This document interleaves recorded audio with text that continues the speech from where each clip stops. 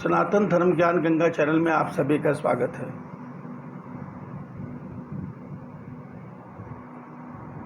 आप सभी को जय श्री कृष्णा। प्यारे भाइयों, आज के इस वीडियो में हम समझेंगे कि हमारा धर्म क्या है और परमात्मा ने हमें क्या धर्म दिया है और जो हम अपने धर्म से भटक रहे हैं उसका परिणाम क्या हो रहा है। प्यारे भाइयों, आप एक छोटी सी नज़र डालिए। सतयुग के 17,28,000 सालों में कोई रोग नहीं है, कोई दोष नहीं है, सब कुछ सुंदर ही सुंदर है, केवल सत्य का राज है। उसका परिणाम सतयुग में मनुष्य की आयु 10,000 साल है, मगर वहाँ धर्म के 4 चरण हैं, केवल धर्म का ही राज है। मगर त्रेता आते आते धर्म का 1 चरण कम हो जाता है, लोगों में लोभ और स्वार्थ बढ़ जाता है। नतीजा त्रेता की आयु भी घटती है, त्रेता युग की, और मनुष्य की आयु भी घटती है। रोग और दोष भी आने शुरू हो जाते हैं। मनुष्य की आयु जो पहले 10,000 साल थी वो घट के मात्र 1,000 साल रह जाती है, माफ़ कीजिएगा 10,000 साल रह जाती है। तत्पश्चात आता है द्वापर, जिसमें धर्म के 2 चरण रह जाते हैं। लोभ और स्वार्थ का राज्य ज़्यादा बढ़ जाता है, पाप बढ़ जाते हैं, लोगों को धर्म आचरण कम हो जाता है। नतीजा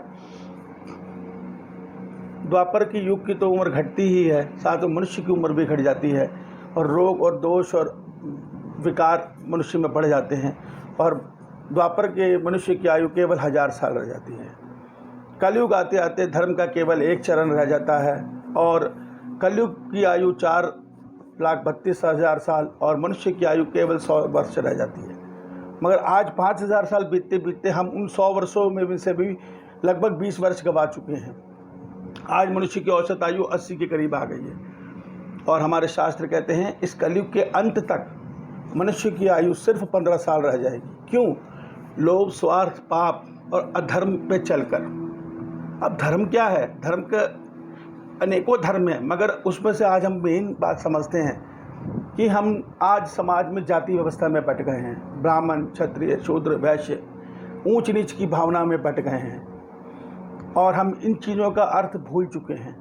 देखिए, हमारे वेद कहते हैं, परमात्मा ने वेदों में जो नियम बनाए हैं उस नियम पे चलना जरूरी है। जब जब हम उस नियम से भटकेंगे, सृष्टि का, मनुष्य का, सबके अंदर कमी आनी शुरू हो जाती है, सबके अंदर विकार आने शुरू हो जाते हैं। हम कैसे भटक गए हैं? देखिए, ये 4 बार वर्ण व्यवस्था के गुण है, जाति व्यवस्था के गुण बिल्कुल नहीं है। ये एक सिस्टम है संसार को चलाने का। इसको जाति व्यवस्था से जोड़ना हमारी मूर्खता है। हमारे कुछ लालची पंडितों ने, धर्म पंडितों ने इसको जाति व्यवस्था में बदल के आज मनुष्य को बांट दिया है। इसको समझते हैं। देखिए, ब्राह्मण जो हैं वो ज्ञान का गुण है, जो अपने ज्ञान से संसार की सेवा करे वो ब्राह्मण। क्षत्रिय यानी जो शूरवीर है, जिसके अंदर शासन करने की क्षमता है, जो दान पुण्य करता है, जो धर्म की रक्षा अपने शूरवीरता से करता है, वो क्षत्रिय है। वैश्य जो ज़रूरत की चीज़ें उत्पादन करके, खेती, गौपालन करके, अन्य जीवन उपयोगी वस्तुओं को निर्माण करके समाज में वितरण करता है, वो वैश्य है। और जो इन तीनों वर्णों की सेवा करे वो शूद्र है। अब देखिए, इसी व्यवस्था को शरीर से के उदाहरण से समझिए। हमारे ज्ञानी कहते हैं शरीर में जो हमारा मस्तिष्क है वो ब्राह्मण है, वो हमारे को ज्ञान देता है, जिससे हमारे कार्य पूरे होते हैं। हमारी जो भुजाएं हैं वो हमारी क्षत्रिय हैं, जो हमारी रक्षा करती हैं, जो हमारे कार्य को पूरा करती हैं, जिससे हम दान पुण्य और अपने समाज का अपना कार्य संभाल कर शासन करते हैं।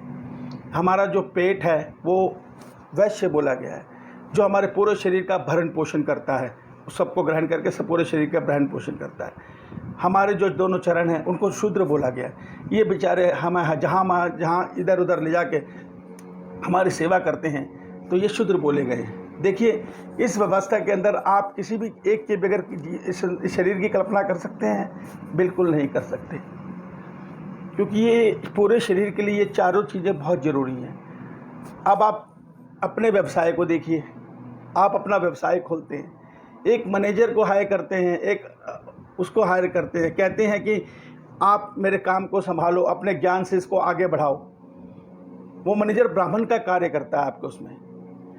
फिर जब आपका कार्य बढ़ जाता है तो आपको सुरक्षा गार्डों की भी ज़रूरत पड़ती है, वो सुरक्षा गार्ड आपके लिए छतरी का काम करते हैं, रक्षा करते हैं आपके काम की। वैश्य जो आपके सेल्समैन हैं, जो आपके कार्य को बढ़ाते हैं, जो आपके बिजनेस का भरण पोषण करके उसको उन्नति देते हैं, वो उसमें वैश्य का काम करते हैं। और जो आपके कर्मचारी हैं, जो उत्पादन कर रहे हैं, जो इन सब चीज़ों की व्यवस्था कर रहे हैं, जो कार्य कर रहे हैं बैठ के, वो शूद्र कहलाते हैं। तो क्या आपका व्यवसाय इस व्यवस्था के बगैर चल सकता है? नहीं चल सकता। अब देश पे आ जाइए, देश की व्यवस्था देख लीजिए। हर देश के अंदर बड़े बड़े ज्ञानी रखे जाते हैं जो सरकार को कैसे देश चलाना है उसके लिए प्रोग्राम बनाते हैं। हमारे सैनिक, हमारे पुलिस वाले दूसरे देशों से, समाज के अधर्मियों से, पापियों से, अपनी शूरवीरता से हमारी रक्षा कर रहे हैं। बड़े बड़े व्यापारी हमारी ज़रूरत की चीज़ों को उत्पादन करके हमारा भरण पोषण कर रहे हैं, हमें वो चीज़ें उत्पन्न करा रहे हैं, वो वैश्य का कार्य कर रहे हैं। और जो कर्मचारी इन सबके साथ जुड़े हुए काम कर रहे हैं वो शूद्र हैं। तो ये व्यवस्था इसके लिए भी ज़रूरी है। ये हर मनुष्य को जो गुण भगवान ने दिया है वो उस मनुष्य का सब धर्म है, सब धर्म। तो हर मनुष्य के लिए धर्म अलग अलग है। ब्राह्मण के लिए धर्म कुछ और है। ब्राह्मण के लिए धर्म है वो मन का निग्रह करे, वो संसार के मोह माया में न फंसे, वो वेदों का अध्ययन करे, वो शास्त्रों का अध्ययन करे, ध्यान साधना से ईश्वर को पाए, जो पाए वो संसार में बांटे। तो खाली ब्राह्मण ऐसा नहीं होता। आज के समाज में ब्राह्मण की व्यवस्था बदल गई है। हमारे अब्दुल कलाम जी सबसे बड़ा ब्राह्मण थे जिन्होंने अपने रॉकेट ज्ञान से हमारे देश को कितनी उन्नति दी। तो जो ज्ञान से देश की सेवा कर रहा है वो ब्राह्मण कहलाता है। ये ज्ञान का गुण है। जो अपनी शूरवीरता से देश का सेवा कर रहा है वो क्षत्रिय है। जो अच्छे व्यापार से, ईमानदारी से एक अच्छी चीज़ बना के, जिससे उसका ये बनाते समय ध्येय होना चाहिए कि इसको भोगने वाले को कोई दुख ना आए, कोई तकलीफ ना आए, मेरी चीज़ शुद्ध होनी चाहिए, इसका रेट बिल्कुल ठीक होना चाहिए। ये वैश्य का धर्म है। और शूद्र का धर्म इन सब के लिए ईमानदारी से कार्य करना है। मगर आज क्या है, लालच, बीच में लालच और लोभ घुस गया। अब क्या हो गया, ब्राह्मण ने 4 मंत्र पढ़ लिए, वो तो सामने वाले को ठगने में लगा हुआ है। तुम ये कर लो, तुम वो कर लो। वो सच्चा सनातन धर्म ज्ञान नहीं दे रहा, हमें भटका रहा है। देखिए, सनातन धर्म का बहुत बड़ा मूल सिद्धांत है, आप अपने लिए जीवन जियोगे, आप असुर हो। आप मन की मनोकामना के लिए भक्ति करोगे, आप असुर हो। और आप निष्काम रूप से जन की सेवा करोगे या निष्काम भक्ति करोगे, आप मानव हो। ये मानवता का गुण है। मानवता का गुण है लोभ और स्वार्थ को त्याग कर काम करना। और आज हमें लोभ ही स्वार्थ सिखाया जाता है। तुम ये सिद्ध कार्य कर लो, तुम्हें ये मिलेगा, तुम ये अनुष्ठान कर लो, तुम्हें ये मिलेगा। ये सब लालच है। इससे हम ईश्वर से दूर हो जाते हैं। इससे हमारे अंदर विकार पैदा होते हैं। तो अपने अपने धर्मों का पालन करके भी मनुष्य ईश्वर को पा सकता है। ये भगवान गीता में कहते हैं। अध्याय 18 के श्लोक 41 से लेकर श्लोक 45 तक भगवान ने यही समझाया है कि अर्जुन, अपने अपने कर्मों के द्वारा तुम ईश्वर को पाओ ना।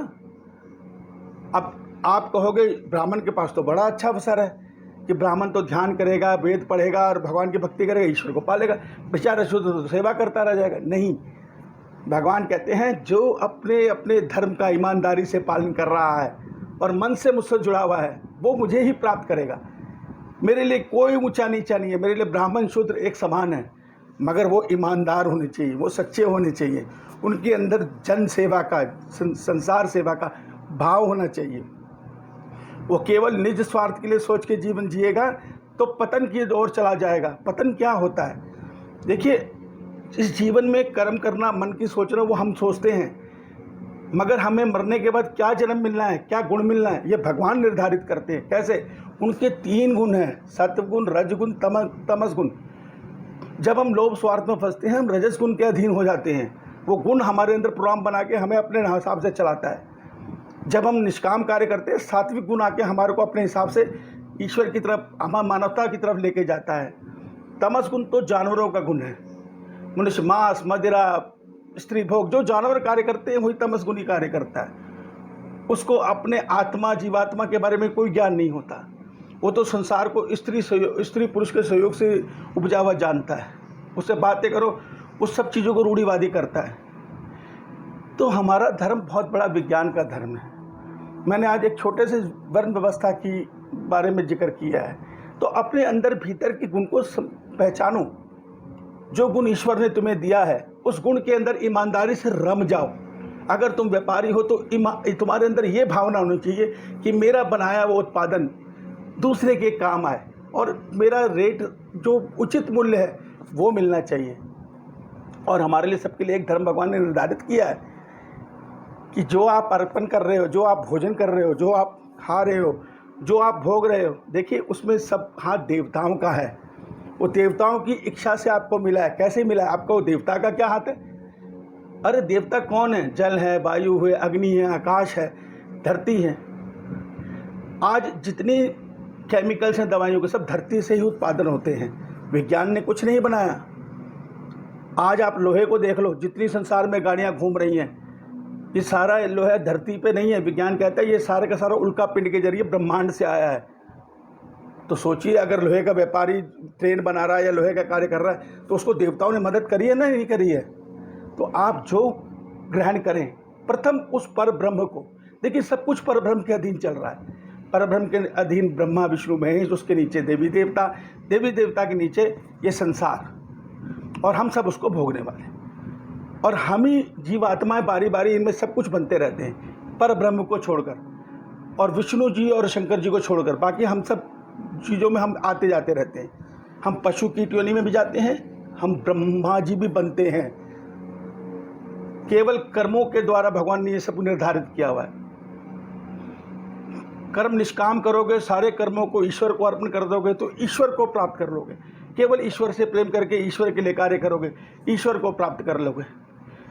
और एक मन में अच्छा उद्देश्य लेके अच्छे अनुष्ठान करोगे, धार्मिक यज्ञ अनुष्ठान करोगे, संसार की सेवा में रत हो जाओगे, पुण्य कर्म करोगे और उसका फल खुद के पास ही रखोगे तो देवता पद भी पालोगे।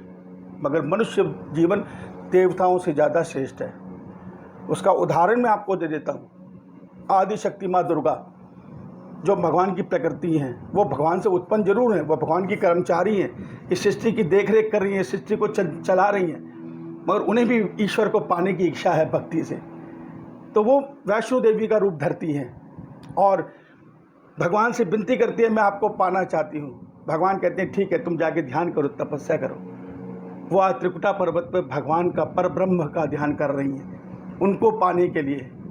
साक्षात भगवान शिव जब समझते हैं कि भगवान परब्रह्म राम रूप में आ रहे हैं तो वो हनुमान जी का रूप धर के उनकी सेवा में रत हो जाते हैं। उन्हें पता है कि मैं देवता हूँ, मैं देव हूँ, भगवान का एक कर्मचारी हूँ, मगर उस परब्रह्म को पाने का ये बहुत अच्छा अवसर है। उस रूप में वो भक्ति नहीं कर सकते, वहाँ पे वो एक नियम में एक उसमें बंधे हुए हैं, वहाँ से वो अपने नियम का उल्लंघन नहीं कर सकते।